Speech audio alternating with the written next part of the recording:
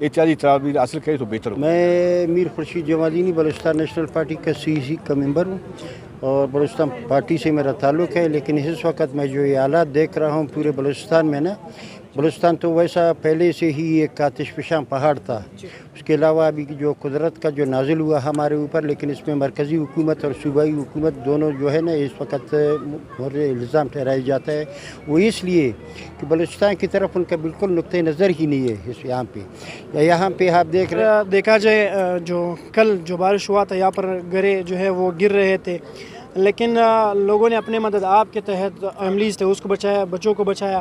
یہاں پر ہمارے جو PDM ہے اور جو دوسرے ٹیمیں ہیں جو ریسکیو کی ٹیمیں ہیں وہ بعد میں پہنچے. میں نے پہلے بھی آپ کو بتایا تھا یہاں پہ جو PDM کا ڈائریکٹر ہے ناصر صاحب ہمارے جاننے والے، مشکی میں AC بھی رہ چکا ہے اور DC بھی رہ چکا ہے اور کمشنر بھی رہ چکا ہے.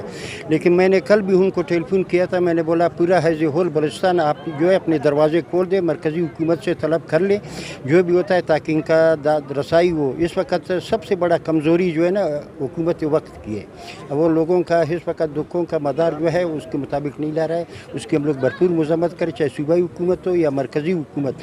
یہاں پہ غریب اور بے کس اور ناچار لوگ جو پڑے ہوئے ہیں، کسی امیر کے گھر تو اس وقت نہیں گر رہا ہے. جو ظلم و جبر ہو رہا ہے وہ غریب کے اوپر ہے، جیسے پہلے سے ہم لوگ اس چیز پہ پسے ہوئے ہیں.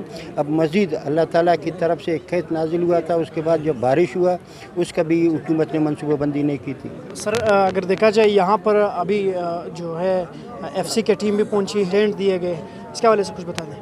میں کہتا ہوں یہاں پہ منظور نظر نہ ہو، وہ اسی علاقے کا جو سٹیک ہولڈر ہے جہاں پہ نمائندے بیٹھے ہوئے ہیں ان کو اعتماد میں لے کے ان کے مطابق جن کا جو متاثرین ہے نا ان کا حوالہ کیا جائے. میرا خیال میں یہ کم ہے، کسی کا جو ہے وہ نہیں ہو سکتا ہے کہ ایک ٹینٹ آپ اس کو دے دیں، ایک چٹائی آپ اس کو دے دیں. میں چاہتا ہوں کہ پورے بلوچستان کو اس وقت آفت زدہ علاقہ قرار دیا جائے تاکہ کچھ نہ کچھ جو ہے ہمارے جتنے بجلی کے گیس کے دوسرے ٹیکسز ہیں وہ معاف کیے جائے. سر وفاق کی جانب سے بلوچستان میں جتنے بارشیں ہوئے ہیں ابھی جو، لیکن وفاق کی جانب سے کوئی ایکشن جو ہے وہ نظر نہیں آ رہا.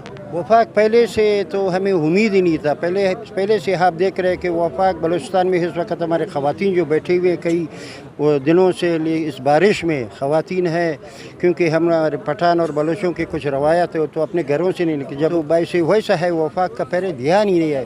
وہاں پہ ایک میوش کا میرے خیال میں جوتے کا جو ہے چینلوں پہ چل رہا ہے، لیکن یہاں پہ لوگوں کا آپ حال دیکھیں کس حالت میں اور کس قسم پرسی کی زندگی گزار. جی اس وقت بلوچستان نیشنل پارٹی کے مرکزی کونسل کا ممبر لقمان کاکڑ صاحب میرے ساتھ موجود ہے. جی السلام علیکم سر. وعلیکم السلام. سر یہاں پر آپ کچھ بتا سکتے ہوں یہاں پر جتنے لوگوں کے نقصانات ہوئے آپ نے خود بھی جائزہ لیا ہے، اس کے حوالے سے کچھ بتا دیں سر. جی ایسے تھا کہ آج صبح جب میں آیا وزٹ میں نے کیا، تقریباً 20 گھر مکمل بہہ چکے ہیں پانی میں اور کافی لوگوں کا نقصان ہوا ہے اور ان کے گھر کے تمام سامان وغیرہ، ان کے نقدی زیورات، پیسے اور مطلب جو بھی مطلب گھر میں تھا ایک چیز بھی ان کا نہیں بچا، سب کچھ پانی میں بہہ گیا.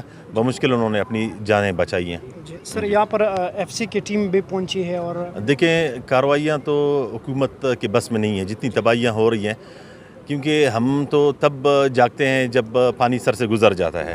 اب چاہیے تو گورنمنٹ کو یہ تھا کہ چیک اینڈ بیلنس رکھتی، جہاں ندیوں میں گھر بن رہے ہیں یا ندیوں کے کنارے یا فلڈ افیکٹڈ ایریاز میں یا وہ جن علاقوں میں خطرہ ہے فلڈ کا، تو اس پہ جو ہے نا سال 12 مہینے چیک اینڈ بیلنس رکھنا چاہیے. وہاں پہ جو ہے نا انلیگل کنسٹرکشنز کیوں ہو رہے ہیں، وہاں لینڈ مافیا کیوں اسکیم بنا رہے ہیں. اس وقت تو حکومت سوئی ہوتی ہے. جب سیلاب آ جاتے ہیں پھر حکومت کے پھر دوبارہ مزے شروع ہو جاتے ہیں. حکومت کے اس طرح مزے شروع ہو جاتے ہیں، ہاں بھائی وہ لسٹیں وغیرہ بنا کے آگے بھجوا دیتے ہیں، ایسٹیمیٹ وغیرہ بنا کے آگے بھجوا دیتے ہیں تاکہ ان کو بھی اس میں جو ہے نا کچھ کھانے کو مل جائے. تو یہاں پہ تو میں دیکھتا ہوں کہ میرے نظر سے کوئی بھی سنسیئر نہیں ہے.